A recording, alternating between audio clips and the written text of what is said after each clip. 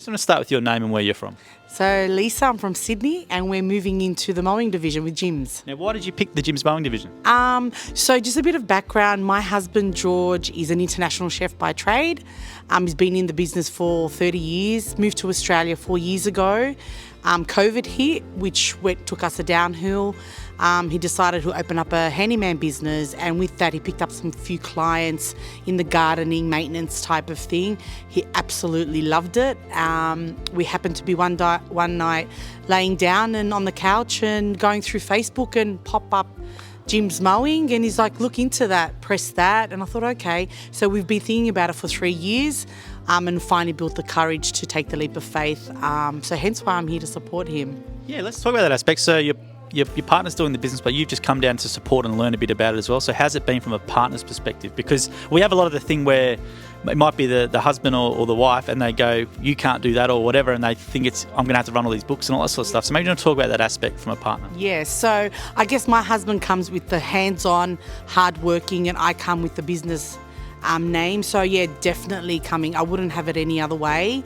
And now that I've seen the whole, third day into the training, and I'm so glad I'm here. So yeah, supporting him has, from day one, that's what it was all about. Because yes, he'll be out there mowing lawns, but I feel that I'm about the connections and the networking. And I've already got 2 brothers who are builders, so just sort of doing that liaison and to support him, because at the end of the day, it's going to be a family business and the promoting that. So. And how have you found the training so far? Absolutely amazing. I do something completely different. I'm from Sydney, so I work for the government. I'm a public servant of almost 30 years, and I've never gone through a training like this.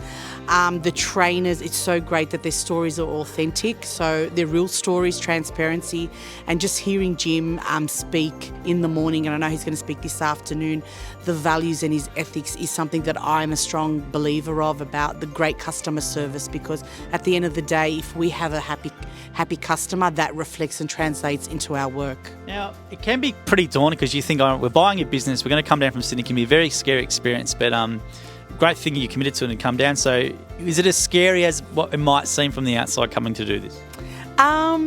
Yeah, I was very nervous booking the flights. I left it to the last minute, hence why they were so expensive coming down.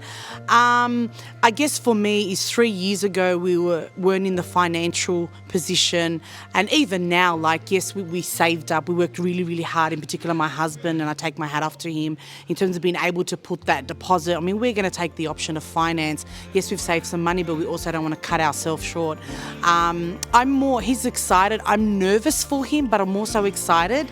And the more we do this training, the more I'm like, wow, this is where we need to be. So. And what advice would you have for maybe a partner where their partner scrolls it on Facebook and says they might just go, oh, you can't do that or whatever? What advice would you maybe have for the partner? Give it a go. Don't say no, because me 3 years ago, I was like, no, you got to be kidding. Are you serious? Like, where are we going to get the money from? And he was like, come on. And I wasn't like that wife that didn't want to. I was more scared, but it wasn't just about me. It was also about him. Also, we've also got a 12-year-old boy, so we needed to look about for his future. So we did something a little bit differently. We met with our franchisor. He gave us a bit of a background. And then we did something a bit different where we asked for the agreement prior, and we met with our accountant, we met with our lawyer, and they sort of like thumbs up, go for it. We've now come to do the training. It's all falling into place. Now I've got like 6 pages of to-do list when I go back to Sydney, and then hopefully we'll have a start date in the coming weeks. Thank you very much for speaking with us today, and good luck with your business. Thank you.